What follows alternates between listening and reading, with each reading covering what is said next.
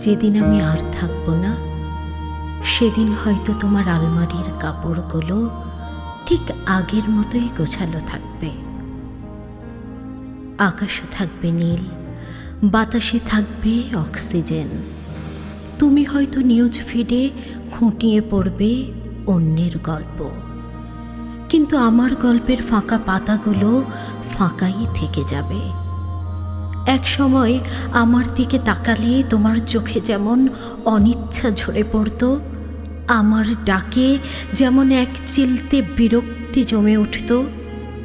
হয়তো সেই অনুভূতিগুলোই আমাকে তোমার জীবনের অব্যবহৃত কোণে ফেলে রেখেছিল বছরের পর বছর।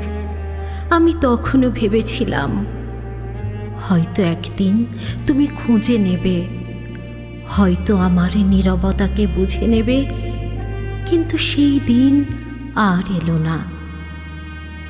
তবু আমি যখন থাকব না, হয়তো কোনো এক সন্ধ্যায় বাতাসের হালকা শব্দে তুমি চমকে উঠবে। পরিচিত নিঃশ্বাস খুঁজে পাবে তোমার বারান্দায়, যা একদিন তোমার পাশের শূন্যতাকে ভরিয়ে রাখত। হয়তো রাতের নিস্তব্ধতায় তুমি জানালার কাছে নিজের প্রতিবিম্ব দেখে চোখ সরাতে পারবে না, কারণ সেই চোখে জমে যাবে অনুতাপের অদৃশ্য জল।